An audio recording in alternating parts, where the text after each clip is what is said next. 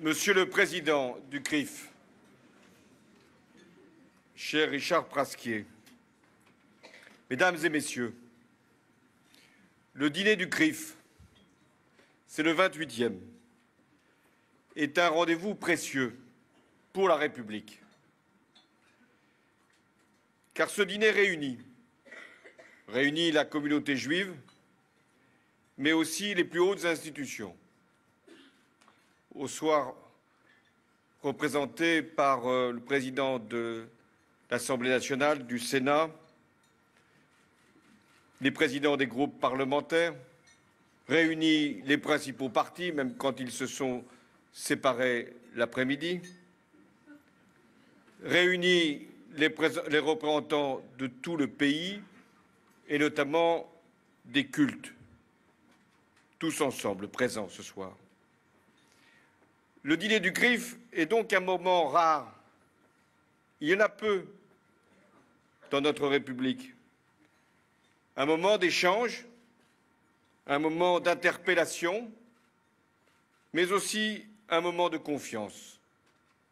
Confiance réciproque, confiance dans la France, confiance dans la République. Monsieur le Président, vous avez rappelé le lien entre la France et la communauté juive. C'est un lien qui remonte au plus haut Moyen Âge et qui fut scellé par la Révolution française. C'est en effet sous la Constituante, le 27 septembre 1791, que les Juifs, pour la première fois en Europe, sont devenus des citoyens. Persécutés pendant des siècles, ils accueillirent avec bonheur, sans trop y croire, cette déclaration. Et je veux la citer. L'Assemblée nationale révoque tous arguments, réserves et exceptions insérés dans les précédents décrets relatifs aux individus juifs.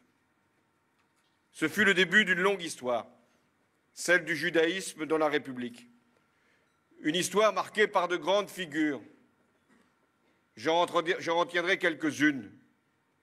Edmond Flegg, le philosophe, qui sut dire le lien essentiel entre l'universalisme juif et l'universalisme républicain, entre le peuple des droits de l'homme et le peuple des 10 commandements.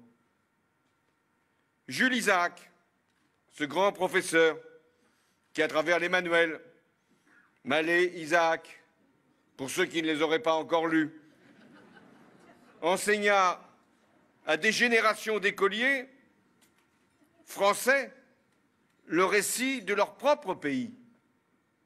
Et il le faisait comme républicain, comme citoyen. Il était juif.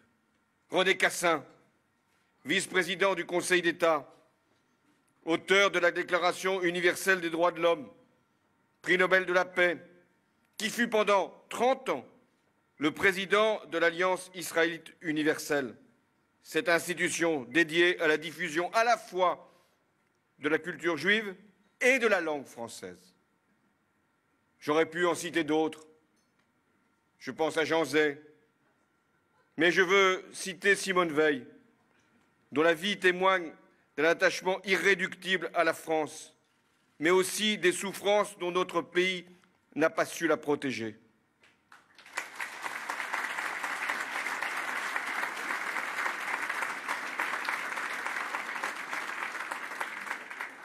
Car cette histoire des Juifs en France connut aussi ces moments de fracture.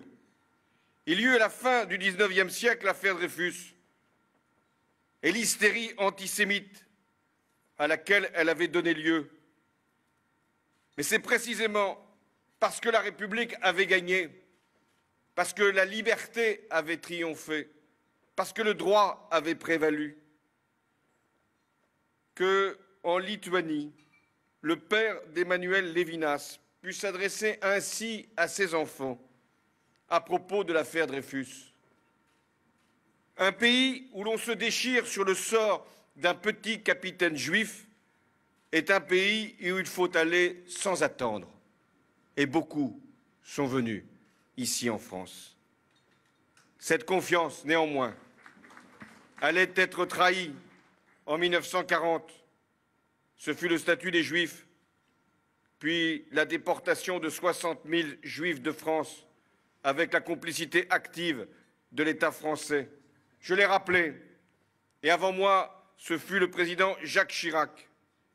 Je l'ai rappelé le 22 juillet dernier, sur les lieux mêmes de la rafle du Veldiv.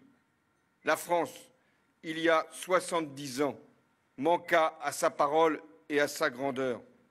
Mais l'honneur fut sauvé aussi par la France de la résistance, la France des justes, la France des anonymes qui, sans même mesurer leur propre héroïsme, tendirent la main aux innocents. Et ils s'en souviennent. Mais d'autres blessures allaient suivre, rendues encore plus insupportables par le souvenir de la Shoah. Monsieur le Président, vous en avez évoqué quelques-unes, et c'est toujours cruel, c'est toujours douloureux d'entendre ces faits. L'attentat de la rue Copernic, 3 octobre 1980, quand une bombe tua 4 personnes un vendredi soir devant une synagogue pendant l'office du Shabbat.